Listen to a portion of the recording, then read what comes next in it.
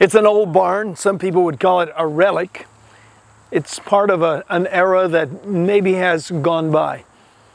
It has many, many uses still, though, and so we still use it. Some people want to tear it down. Other people say, no, I really like it. It reminds me of an era that perhaps was golden in this nation.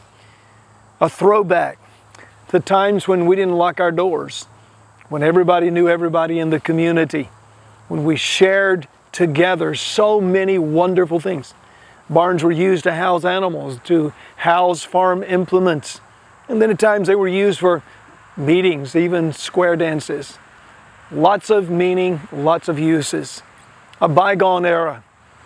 Those days of community don't exist like they once did. Today we're so busy. We have our lives so spread out. We are going here and going there and doing so many different things. But the idea of community has always been a part of society. God really wants us to live in community. No one can live in isolation. And so in this day, let the barn be a reminder to us, not just of a bygone era or something of a relic from the past, but maybe a reminder of the way things used to be, and perhaps even the way they could be today. A coming back together, a pulling back together. No more isolationism, but joining together and living in community.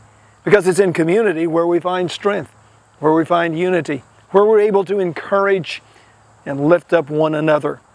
Are you part of a community? Do you take part in some type of community activity? Every one of us needs to be connected to community. If you don't have a community, why don't you check one out this week? There are communities all around us, none perhaps greater than the community of the church.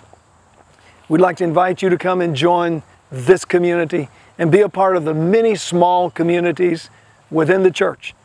It will enrich your life. Perhaps it'll take you back to another time, another era, when the barn was so very prominent. Every farm needed one. A reminder of good days, good times, a reminder of community. Community, what a powerful word. Keepers of the wall, that's really what it originally meant. Helping one another out, watching out for one another. Community is so important.